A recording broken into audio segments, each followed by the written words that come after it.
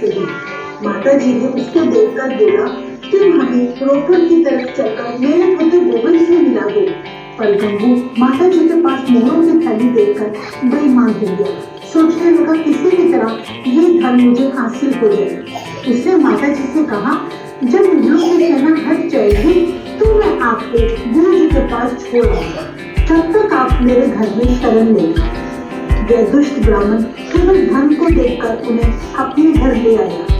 इतिहास में दर्ज है, भोजन करने के बाद जब माता जी रात को सो रहे थे तो आधी रात को गंगू ने माता जी को मोहरों की थैली चुरा ली। माता जी ने उसको चोरी करते देख लिया था, पर फिर चुप रहे। अभी वह बड़े प्यार से पूछा, गंगू मेरे मोहरों की थैली नहीं मिल रही, कहाँ है? गंगू ने सुनकर ही ना घबरा गया और बोला, माता जी आप मुझे अच्छा नाम दे रहे हो। एक तो आपको मैंने अपने घर में जगह दी, दूसरा आप मुझे भी चोर बना रहे हो। यदि मुगलों को भनक मिल गई कि मैंने गुरु गोविंद सिंह जी के परिवार को अपने घर में रखा है तो वे मेरे घर को भी तबाह कर देंगे। इसलिए अच्छा यही होगा कि आप मेरे घर से चले जाएं। माता जी ने तब बड़े धैर्य से गंगू से कहा, अगर तुम्हें धन की जरूरत थी तो मुझे कह देते, मैं तुम्हें अवश्य दे देती, पर चोरी करने की क्या जरूरत थी? गंगू शर्मिंदा होने की जगह बल्कि और भड़क गया। उसने मोरिंदा के सिपाहियों को खबर करके माता जी और साहिब साहबों को गिरफ्तार करवा दिया। मोरिंदा की कोतवाली में उन्हें रात भर कैद रखा गया, जहाँ आजकल गुरुद्वारा कोतवाली साहिब की शोभा है।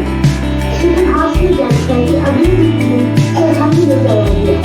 सरहद का नवाब वजीर खान गोविंद सिंह जी के परिवार को अपने पास लेकर बहुत खुश हुआ।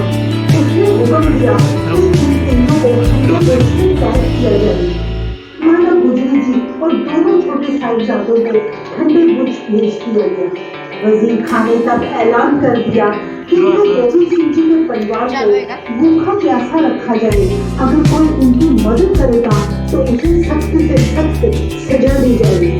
इस प्रकार शाही हुक्म के अनुसार ना उन्हें खाना दिया गया, ना कोई गर्म कपड़ा दिया गया। दादी माँ अपने छोटे साहिबजादों को अत्यंत ठंड में अपनी छाती से चिपकाकर सुलाती रही। इतिहास में दर्ज है, इतने सख्त कहने के बावजूद भी गुरु घर का एक सेवक था, भाई मोतीराम पहरा, जिसने माता जी और साहिबजादों को 3 दिन ठंडे बुर्ज में दूध पिलाने की सेवा निभाई थी।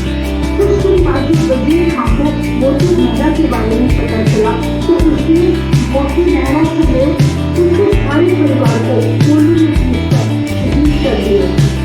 आज उन्हीं की याद में सरहद में गुरुद्वारा बाबा मोतीराम मेहरा की शोरी है, जहाँ आज भी बड़ी वो गिलास देखे जा सकती है जिन्हें कभी साहिबजादों ने दूर किया था।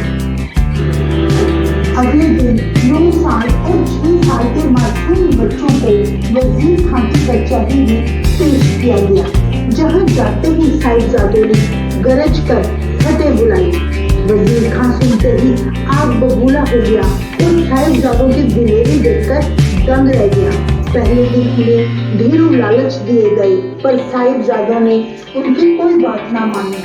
वजीर खान ने सोचा था कि ये तो कोई साधारण बच्चे होंगे कि जरा सा लालच देकर मान जाएंगे, पर वो ये नहीं जानता था कि वो गुरु गोविंद सिंह जी के खेल हैं, जिन्हें कोई लालच दिला नहीं सकता। इसके बाद साहिबजादों को माता गुजरी जी के पास भेज दिया गया। गुजरी जी अपने बच्चों की दिलेरी भरी बातें सुनकर बहुत खुश थी और कहा, शाबाश बच्चों, आज तुमने अपने दादा और पिता की शान को